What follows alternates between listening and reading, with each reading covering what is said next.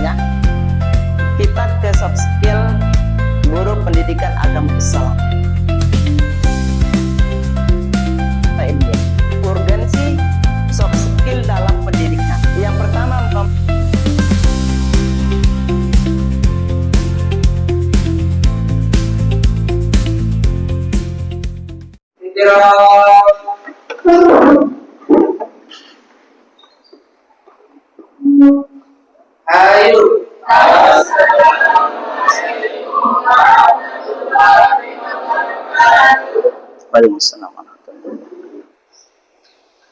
Bismillahirrahmanirrahim. Assalamualaikum warahmatullahi wabarakatuh.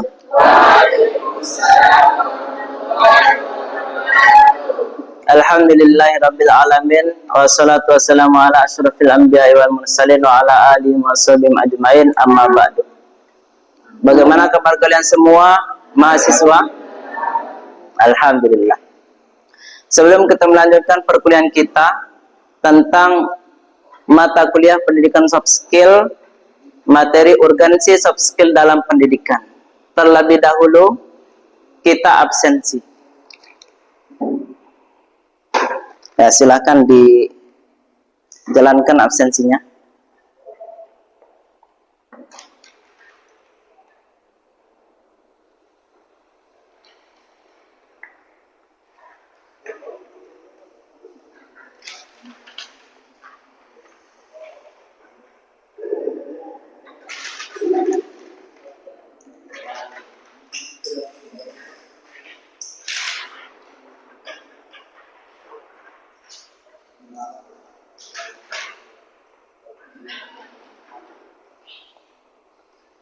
Silakan dilanjutkan, dijalankan.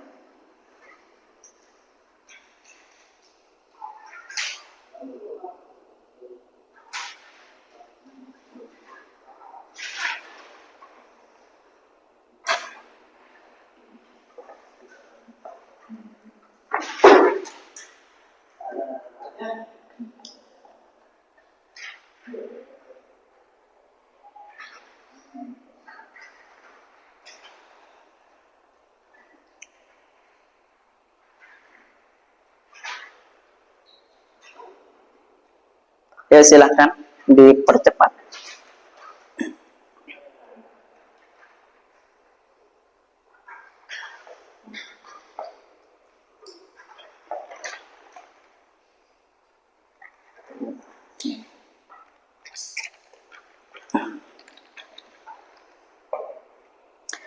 Kemudian selanjutnya kita lanjutkan perkuliahan dengan materi urgensi soft skill dalam pendidikan. Saya bertanya kepada teman-teman mahasiswa, apa itu pendidikan soft skill? Siapa yang tahu apa itu pendidikan soft skill? Ada yang tahu? Tidak ada? Tidak ada ya? Ya, kita lanjutkan. Kalau kita membahas tentang kata pendidikan dan soft skill, kata pendidikan itu adalah secara harfiah atau secara bahasa bahwa usaha sadar yang dilakukan oleh guru dalam membentuk karakter untuk dekat kepada Allah Subhanahu wa Ta'ala. Kemudian ada juga pendidikan secara umum, bahwa pendidikan itu adalah transfer of knowledge. Apa artinya? Seorang guru itu adalah mempunyai tanggung jawab untuk mentransfer, untuk mengajarkan pengetahuan kepada peserta didik. Kemudian ada juga pendidikan itu adalah bermakna untuk seorang guru itu tidak hanya mengajarkan ilmu pengetahuan kepada peserta didik, namun tugas yang utama itu adalah membentuk karakter, membentuk akhlak, membentuk moral. Itulah tugas seorang guru maupun dosen. Kemudian makna soft skill. Apa arti soft? Soft itu artinya lunak. Nah, soft itu artinya lunak. Sedangkan skill itu artinya yaitu keterampilan, kepandaian, kecerdasan, keluarbiasaan. Itu yang dimaksud dengan skill. Ketika kita gabungkan, makna pendidikan soft skill itu adalah pendidikan yang membahas tentang keterampilan yang baik, keterampilan yang bagus, keterampilan yang luar biasa. Itu makna pendidikan soft skill. Nah, kemudian kita lanjutkan ke pengertian soft skill. Pengertian soft skill sering dianggap sebagai keterampilan yang berhubungan dengan interaksi sosial dan kecerdasan emosional, mencerminkan kemampuan individu untuk berinteraksi dengan nyaman dan efektif dengan orang lain. Oh, ternyata soft skill itu adalah salah satu keterampilan dan juga hubungan yang baik. Bagaimana cara kita untuk berbicara, berinteraksi dan baik kepada mungkin dosen kita, kepada teman kita, kepada antar sesama. Intinya soft skill itu adalah keterampilan yang bagus. Kemudian selanjutnya, sedangkan menurut Abdullah Ali, soft skill dapat diartikan sebagai perilaku personal dan interpersonal yang meningkatkan kinerja individu, termasuk aspek kepercayaan diri, fleksibilitas, kejujuran, dan integritas. Itu soft skill. Nah, kemudian selanjutnya, nah, dan adapun soft skill itu, yang pertama, keterampilan komunikasi. Yang kedua, keterampilan sosial. Yang ketiga, keterampilan pribadi. Yang keempat, kemampuan berpikir kritis. Yang kelima, keterampilan manajemen. Yang keenam, keterampilan teknologi. Nah, dari soft skill ini adalah bagaimana cara kita untuk mengasah soft skill kita dalam dunia pendidikan, baik dalam interaksi. Contoh yang pertama yaitu adalah bagaimana cara kita untuk mengasah keterampilan komunikasi. Apakah kita vokal atau tidak? Apakah kita bisa berbicara atau tidak? Itu perlu kita asah. Kemudian yang kedua, sosial. Bagaimana cara kita untuk menjaga hubungan kita antar kelas, misalkan antar masyarakat dan lain sebagainya. Itu membutuhkan keterampilan. Kemudian selanjutnya, keterampilan pribadi per individu. Oh, ternyata saya mempunyai skill. Oh, skill saya ini adalah yaitu pandai vokal dalam berbicara. Maka sampaikan adalah ketika presentasi di kelas, silakan menyampaikan materi presentasinya dengan jelas dan vokal, maka enak, mudah dimengerti. Nah, kemudian selanjutnya, berpikir kritis. Nah, ini yang dibutuhkan oleh mahasiswa. Harus kita adalah berpikir kritis. Makna berpikir kritis itu adalah kita memahami sampai ke dasar-dasarnya. Kita ingin giat untuk belajar, giat untuk menggali ilmu pengetahuan. Itu yang dimaksud dengan berpikir kritis. Kemudian keterampilan manajemen. Nah, manajemen kita adalah harus kita atur. Baik dari segi contohnya ketika kita masuk kuliah, manajemen waktu, manajemen belajar harus kita atur secara detail-detailnya. Kemudian selanjutnya, keterampilan teknologi. Dengan dunia semakin canggih, perkembangan zaman, dengan perkembangannya teknologi harus kita mampu. Yaitu apa? Menguasai teknologi, menggunakan teknologi dengan baik, terutama di dalam perkuliahan, tugas perkuliahan. Ada dosen misalkan mengirimkan tugas melalui Google Classroom, melalui link, email, dan lain sebagainya. Kemudian selanjutnya, faktor-faktor yang mempengaruhi soft skill.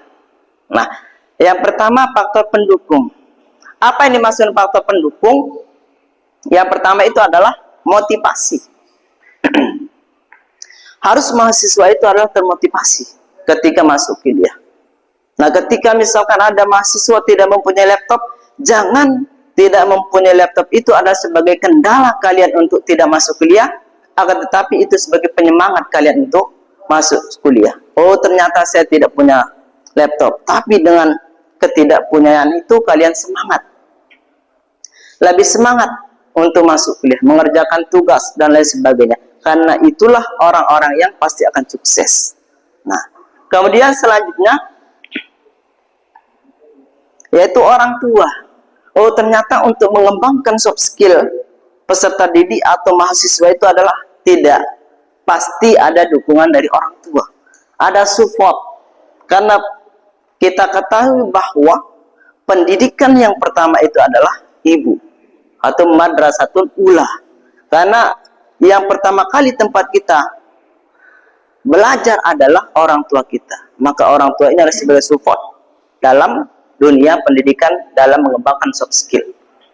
Oke, kemudian selanjutnya kita ke soft skill guru pendidikan agama Islam.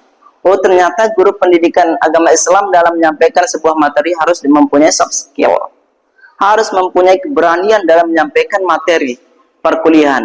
Harus mempunyai keberanian dalam menjelaskan yaitu materi kuliahan ketika kuliah. Harus ada soft skillnya. Soft skill guru pendidikan agama Islam yaitu yang pertama adalah keahlian mendengarkan.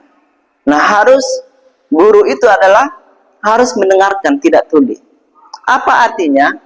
Seorang guru atau dosen dia bisa mendengarkan curhatan, keluhan mahasiswanya atau keluhan yaitu peserta didiknya. Sehingga kenapa? Karena dengan kita mengetahui latar belakang peserta didik atau mahasiswa, sehingga dosen itu mudah untuk menyampaikan materi pembelajaran. Karena kenapa? Karena tujuan pembelajaran itu adalah supaya peserta didik atau mahasiswa itu paham. Supaya materi yang diajarkan itu adalah paham kepada mahasiswa.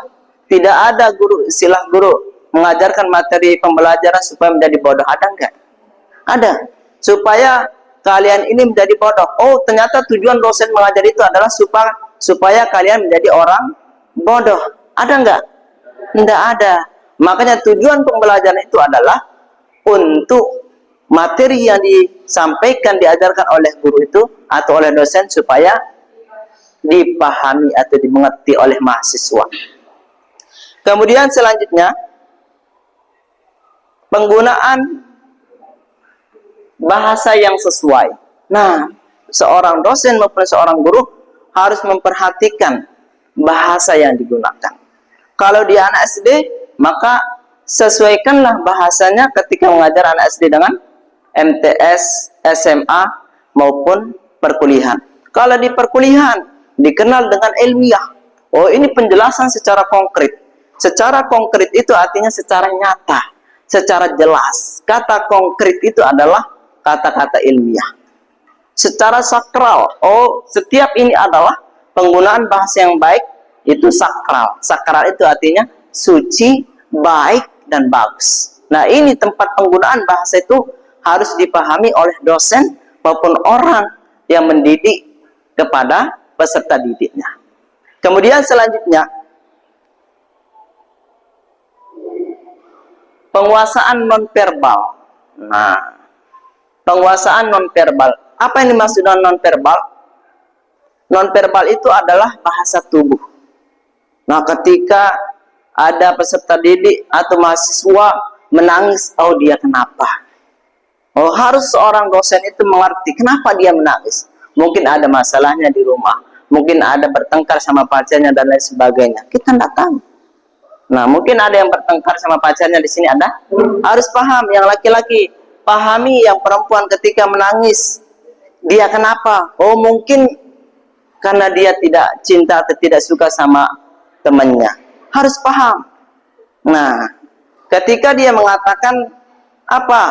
I love you misalkan, harus paham. Yuk, apa maksudnya? Oh, ternyata ini tidak paham. Makanya seorang dosen itu adalah harus menggunakan nonverbal atau mengerti bahasa tubuh. Kemudian selanjutnya yaitu urgensi soft skill dalam pendidikan. Urgensi itu artinya penting, peran. Nah, ini kata-kata ilmiah. Urgensi soft skill dalam pendidikan. Yang pertama, mempersiapkan peserta didik dalam dunia kerja. Oh, ternyata dengan mempelajari materi soft skill di perkuliahan untuk mempersiapkan mahasiswa untuk kerja di masa akan datang. Kemudian selanjutnya meningkatkan keberhasilan akademik. Ternyata soft skill ini adalah untuk meningkatkan keberhasilan akademik. Kemudian selanjutnya meningkatkan kemampuan beradaptasi.